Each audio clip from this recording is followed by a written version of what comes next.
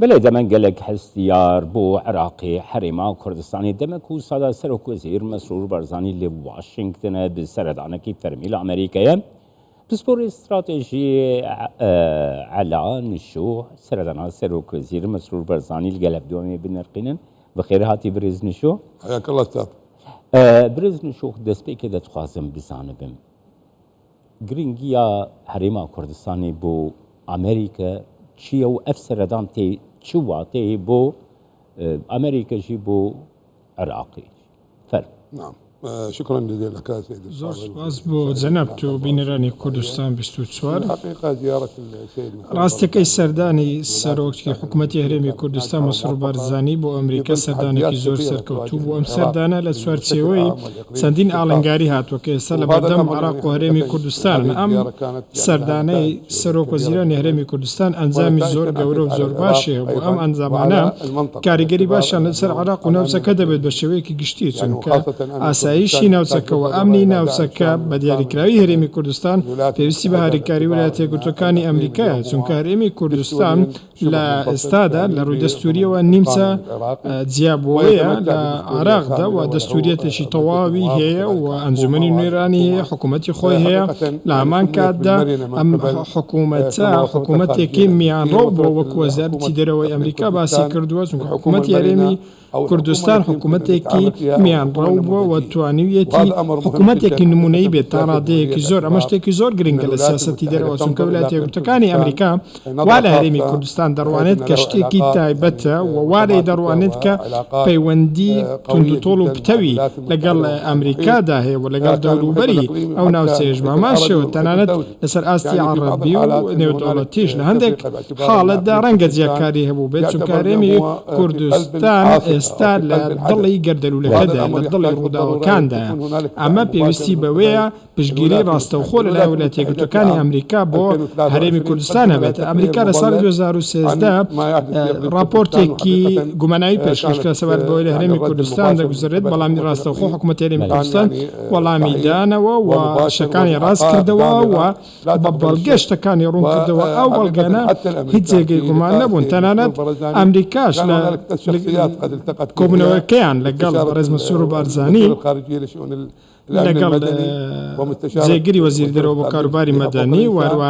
جێگیری وەزیری دەرەوە بۆ کاروباری مافەکانی مرۆڤ و کاروباری ڕۆژهەڵاتیش تەواوی ئەم کۆبوونەوەانە ڕاستکردنەوەی پەیوەندیەکانی تێدا بوو جیاواز لەوەی کە پێشوو هەبوو چونکە ئەمڕۆ سەرۆک حکوومەتی هەرێمی کوردستان توانی خاڵ بخاتە سەر ڕستەکانەوە لەگەڵ ئەم سێ کەسەدا توانی زۆر دیدگە ڕاست بکەتەوە. ئەمە جگەرەوەی لەگەڵ بلینکنیش کۆبووەتەوە کەواتە دیدگە استراتیژی لە ڕۆی کارکردنی دیبلۆماسی و ئەمنی پێویستی بە کەسایەتیەکە کە توانای ئەوەی هەبێت کە شتەکان ڕوون بکاتەوە و ئەوەی کە پەیوەندی بە ئاڵنگاریەکان نوها وەزیری دەرەوەی ئەمریکای بلینکن بۆخوا گوت و ئەمریکا لەگەڵ کوردستانێک بەهێزە. کۆنگرێسمان سەناتۆرین ئەمریکی دەبێژن ئەمریکا لەگەڵ کوردستانێک بەهێزە. پشتی سەردانا سەرۆک وەزیر مسرور بارزانی کارگەریە وێ سەردانی لەسەر عێراقی دەبێت؟ بالتأكيد بالضرورة بەدڵنیاییەوە کاریگەری دەبێت. ئەمە شتێکی حتمیە وەک وەزیری دەرەوەی ئەمریکا باسی کرد. ئەمڕۆ کوردستان بریتیە لە بەردی بناغەی پەیوەندیەکانی نێوان عێراق و ئەمریکای پەیوەندیەکانی ئەمریکا و عێراق. ئەمەش واتە کە لایەنێکی هەرە گرنگ و سەرەکیە لە پەیوەندی لەگەڵ عێراقدا واتە ئەگەر هەرێمی کوردستان نەبووە ئەو پەیوەندیە یاخود پەیوەندی هاوبەشی ڕاستەقینە لە نێوان عێراق و ئەمریکا نەدەبوو. بەڵێ ڕەنگە دەنگ هەبێت لەنێو عێراقدا بکەن هێزەکانی ئەمریکا لە عێراق بچنە دەرەوە بەڵام زۆر بەداخەوە یعنی ئەم قسەیە دەکەین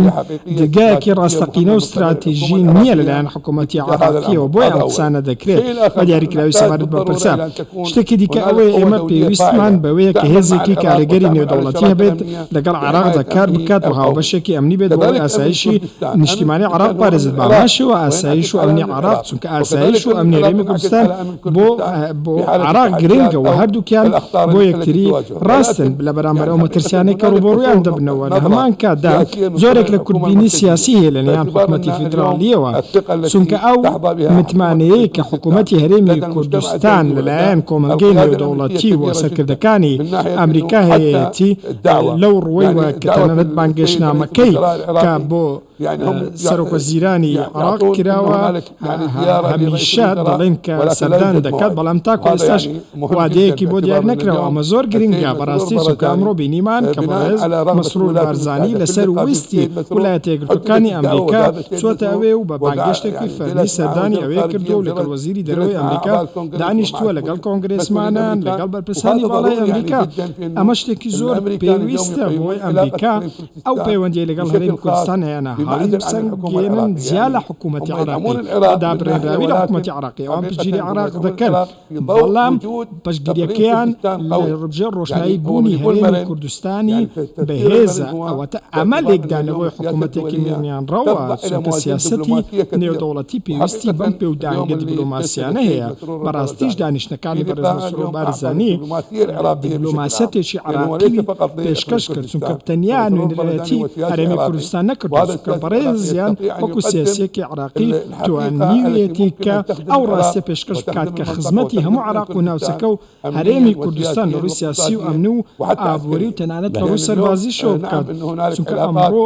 بەڵێ ڕاستە دروستە کە پەیوەندی ئەمنی هاوبەشێ لە نێوان ئەمریکا و هەرێمی کوردستان ئێمە دەژانین کە دوو ڕێکەوتن هەیە ڕێکەوتنێک لە ساڵی 2016 کە پرۆتۆکۆلی سەربازی بووە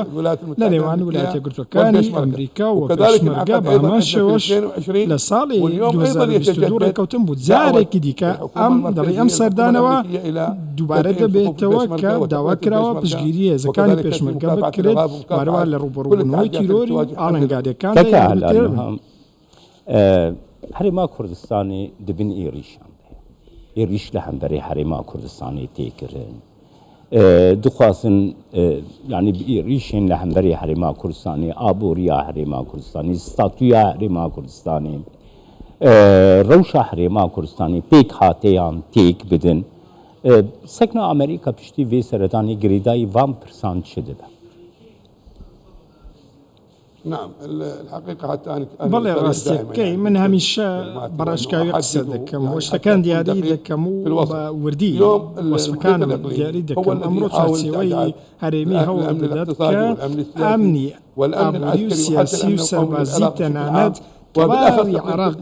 بەگشتی تێک بدات بەدیاریکراویش بۆ هەرێمی کوردستان چونکە ئەوەی کە هەرێمی کوردستان ناچێتە ژێرباری هەندێک بڕیار کە حکوومەتی فیدراڵی دەری کردووە ئەمە کاریگەری وکارگەری لەسەر واقعی دەرونی زۆر سیاسی عێراقی هەبوو ئەگەر حکوومەتی کوردستان و بەڕێز سەرۆک بارزانی نەبووە هەرگیز نەیان دەتوانێت حکوومەتی عێراقی دروست بکەن بەڵام لە کاتی خۆدزینەوەی حکوومەتی فیدراڵی ڕێکەوتەکان وای کرد کە مەترسیەکان ڕۆژ بە ڕۆژ زیاتر ببن ئەمە جگە لەوەی کە هەرێمی کوردستان دووساری زۆر هێرش بووتەوە هێرش لەسەر ئاستی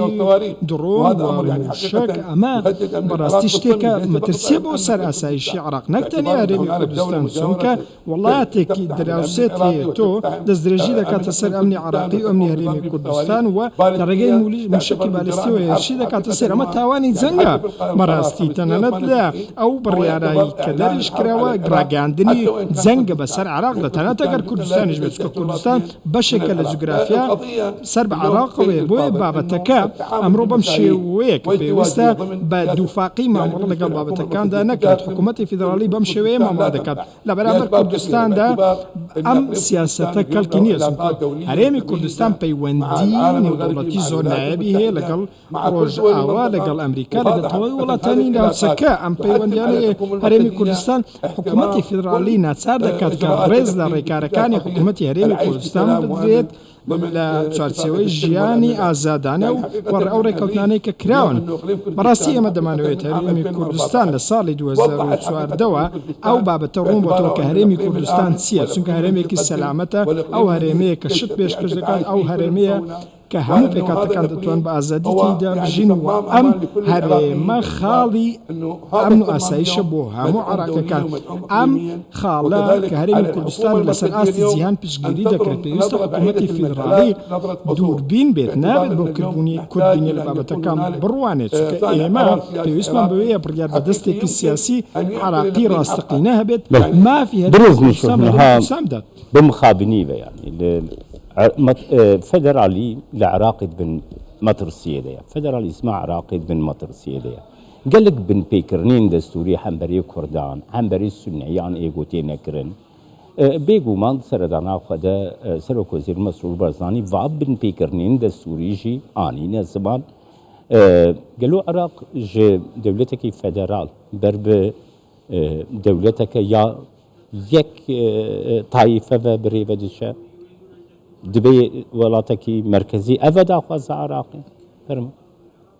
الحقيقة احنا بال 2005 ڕاستیەکەی ئێمە لە ساڵی 2005 و دوای پەسەندکردنی دەستوری عێراقی نامەوێت کە ناوی بنێم و بە ناوەنان شتەکان جاری بکەم، بەڵام شیعەکان بە دیاریکراوە لە ساڵی 2005 ئەوان باسییان لە فیدراڵیەت و هەرێمەکان کرد، خۆیان پەسەندیان کرد، خۆیان بنەماکانیان دانا. ئەمڕۆ خۆیان دەیانەوێت هەرێمەکان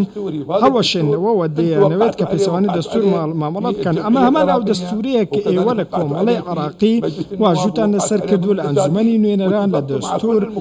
لەگەڵ تەواوی پێکاتەکان ئێوە لەسەر ئەم بابەتە ڕێکەوتون. ڕاستەکەی تەواوی ناوچەکە ئەمڕۆ شیعە سوننە یاخود کورد بێت، هەمویان ئەگەر لە عێراقێکی یەکگرتوو فیدراڵی بەیەکەوە بژین، لە عێراقێک بین کە کەڕامەتی هەموو لایەک پێکاتەکان بپارێزێت، هەموو لایەک پارێزێت، دەست درێژی بۆ سەر مافی کەس نەکرێت. ئەمە وەکو وزەیەک وایە بۆ ئەوەی کە دیموکراسیەتێک لە نخبەیەکی ڕۆشنبیردا هەبێت ئەجێندای دەرەکی حکوممان نەکات. هذا الامر لا ترضى ايران ولا ترضى راشكوبين ايران بمرازينيا تركيا بمرازينيا چونکە هەڕەشەی ڕاستەقینە هەیە لەبەر ئەو پێکاتانەی کە لەلای ئەوان هەن. ئێمە لە دوای ساڵی 2003 هاتنی ئەمریکا بۆ عێراق ڕێکەوتنی نێودەوڵەتی هەبوو. ئەو ڕێکەوتنە نێودەوڵەتیانە ئەوە بووە کە کێ زامنی دەستور دەکات بریتە لە مافی عێراقی و مافی نێودەوڵەتی، مامان شێوەشە یاسای نێودەوڵەتی و یاسای عێراقی کە مافی بەڵکەکان بە تاکەکان دەدات و مافەکان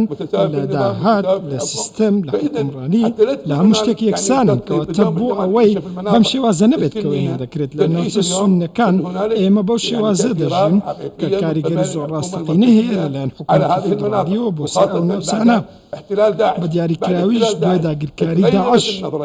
دوای ئەو داگیرکاری شتەکان گۆڕانی سێر ئەو پێکاتانە توانیان کە تەواوی شتەکانی دیکەدا على نشوء سپۆری استراتیژی میوانی